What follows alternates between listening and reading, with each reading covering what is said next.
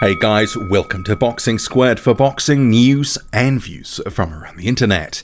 This is the post-fight review for the Hughie Fury and Pavel Sour fight, which was in Manchester.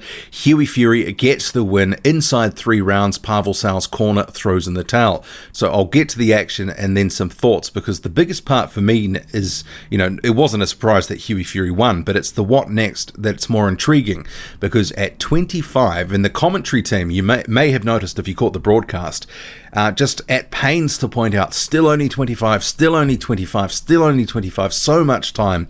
And I guess, what is the what next? Because they've stepped him up 3 times previously to world level, beaten each time, and he's sort of been going through this yo-yo, these sort of levels of opponents and then world level. There's not much in between some of the fights that he probably should be having now. But we'll talk about that. But we'll first whip through the action. A relatively competitive first round. Pavel Sour actually came out relatively aggressive, more aggressive than I've seen him in recent fights. Certainly he wasn't that aggressive against Jermaine Franklin, who went all 10 rounds with Pavel Sour. Did drop him a couple of times, but the rot really set in for Pavel Sour in the second round. Hughie Fury starting to find the target a bit more with the right hand, drops him with it, and then it's all over in the third, again dropped, and the towel comes in and it's all waved off.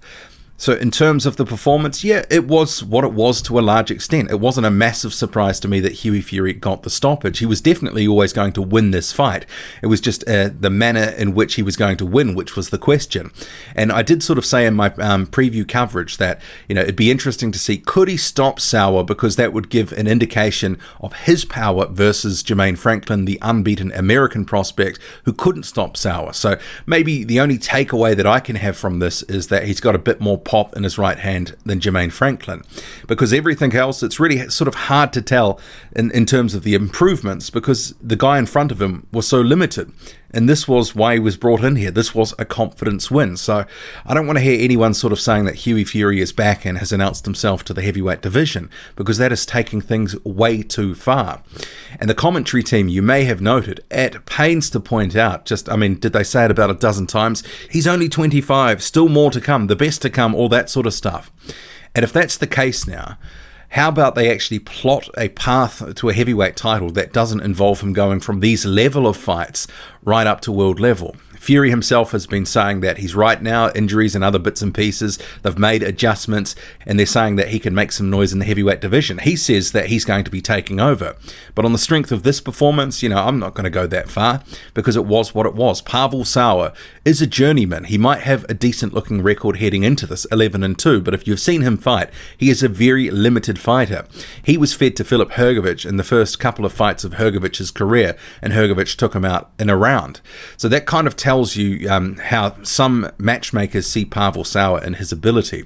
But in terms of the what next, that's the real question, because Hughie Fury's been calling for rematches. He wants to face Joseph Parker, Alexander Povetkin, Kubrat Pulev. Those aren't realistic options right now, and I don't think they should be sort of fights that they should be targeting anyway. And for his next sort of couple of fights, why don't they actually try to, do a proper rebuild instead of this whole yo-yo up and down from, what is basically lower level domestic type fights? Because if Pavel Sour was British, that, would be a lower level domestic fight, and then sort of stepping up to world level. Because they obviously have overestimated Hughie Fury's chances to deliver at the top level. And given that's happened 3 times, why not, because he is only 25 as they keep saying, have some fights at a lower level, but at a higher level than the Sour fight, which really doesn't tell us much, except that it gives Hughie Fury a win. So, in the UK, I did see a couple of people online say, what about David Price? And given Price has been working with Matchroom, I could actually see that fight coming off. But I guess, is there the interest or the money there for it? Because David Price clearly at this time in his career at the back end looking for paydays. But it would be that sort of level, even a Dave Allen, to tell us where Hughie Fury is really at. I would pick him to beat Dave Allen. I think he would do what David Price did to Dave Allen, maybe not in the exact same fashion, but he would get a comfortable points decision, in my view. And those sorts of fights give us a better indication of where Hughie Fury is really at, because he's not a top 15 guy, and I'm not sure we really know his level now. But it would be good to see if he's not going to sort of entertain the likes of a Price and a Dave Allen, because remembering previously in the last year or so, he sort of said he's beyond the sort of level, domestic level in the UK, although Pavel Sour was clearly, I think he would have lost to Dave Allen and David Price. But if he is going to be stepping up to a bigger fight, how about some top 30, top 40 competition? Shouldn't we be seeing him in with the likes of a Johan Dorper and Eric Molina?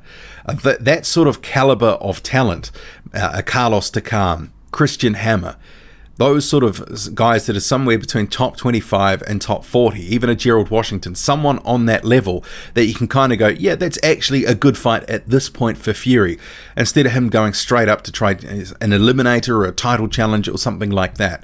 Because if he drops another fight, people are just going to keep getting turned off this guy.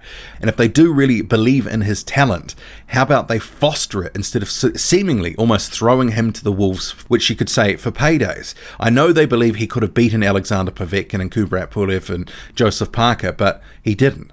And that's just a fact. So perhaps they should step back and not be so quick to throw him up to world level, because he hasn't proven he's there yet. So I want to see him in with some guys that we can get a better indication of where's he really at, because the Pavel Sours of this world, and previously Sam Sexton, they don't tell us much. That's the thing. We're only going to see if he's improved, and worked on some things, sort of straighten them out in the gym, where he's in a fight where it goes some rounds and the opponent is a known quantity and we know what they're really all about. But what did you make of it? Hughie Fury beats Pavel Sour. What next? Drop a comment, loud and often. Hit like, hit subscribe. Follow me on Twitter, boxing_squared. I'm out.